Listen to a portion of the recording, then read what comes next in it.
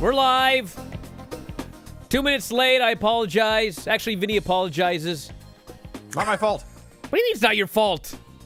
You're the last one here. I was trying to call in. Your box was rebooting. Yeah, no, bro, but it's 7:09. I said log in. What's that noise? Well, it's 7:13. I logged in.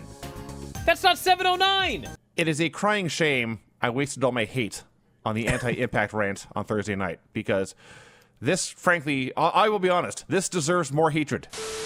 Shame on you for lowering yourself to work with Impact fucking Wrestling. What's that noise? This was an atrocity of booking. It was the worst booked NXT match I've ever seen in my life. Like, everybody mad at me about this. You should be fucking mad at them. All these women who could have gone in there and had a competently booked Wargames match and probably a 4 1/4 star match like the odds makers thought. Instead, you fucking handicapped them by giving the babyfaces the advantage, not doing anything to explain it, having the babyfaces the advantage the whole time, and then they lose at the end. Timothy Thatcher taking men down to the mat and tying them in knots and snarling while he does it and torturing them, it's soothing to me. It calms my soul.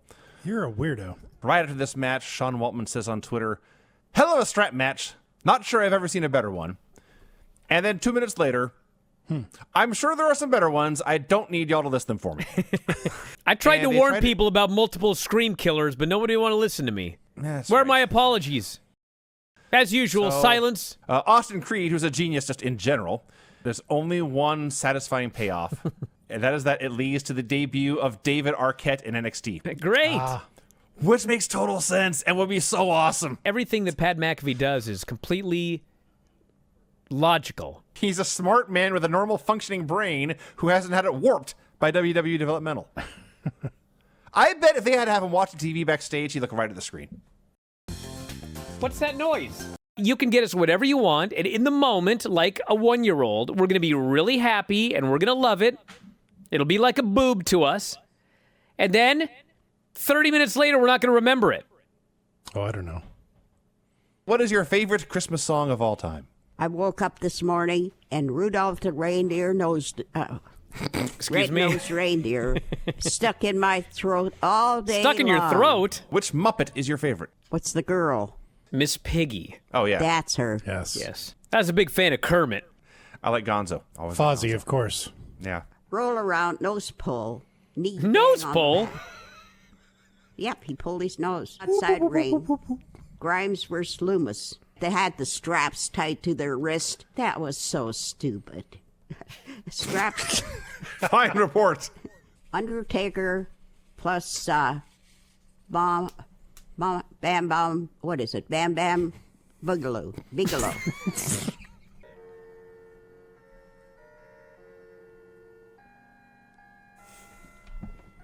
Is that your exit music? Yep. Okay. We'll see you next time, Granny.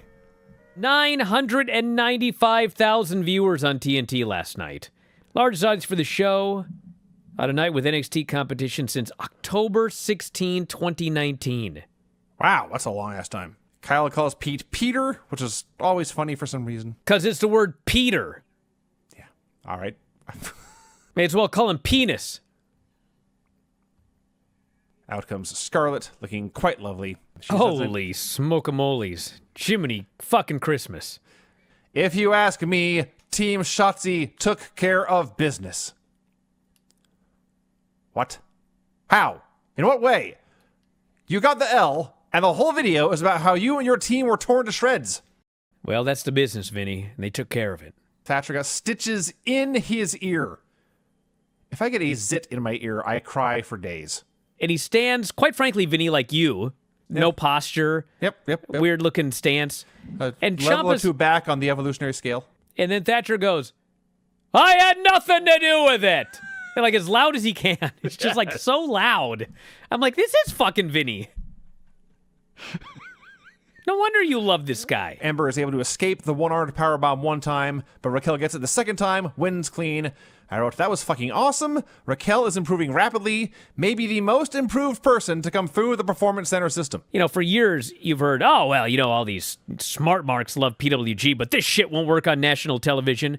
well, let's look at the numbers here. All right. This easily did more than 1 million viewers. I don't have all of the numbers yet, but this match more than worked on national television. It's fucking awesome. But Sting last week was just the mime from hell, just totally silent and staring at people.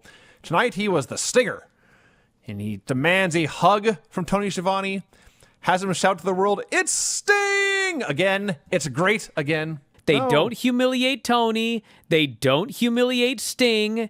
They don't make you feel dumb for liking that old stuff you used to like. They treat it respectfully. I was like, this is not that hard. It shouldn't be. As this show demonstrates beautifully.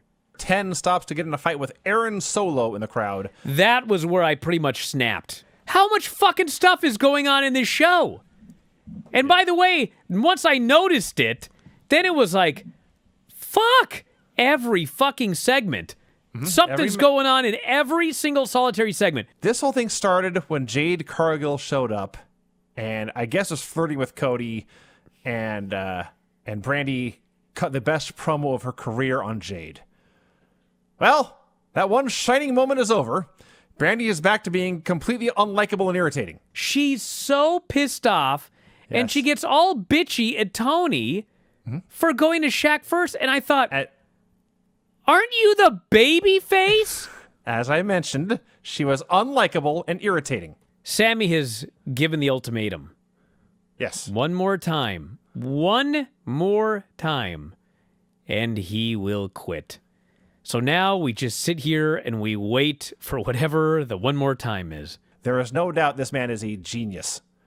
He has suddenly, and I mean suddenly, come out of nowhere to make basically himself the top heel in what is the hottest company in the country right now. The fans are upset, even Tony Khan.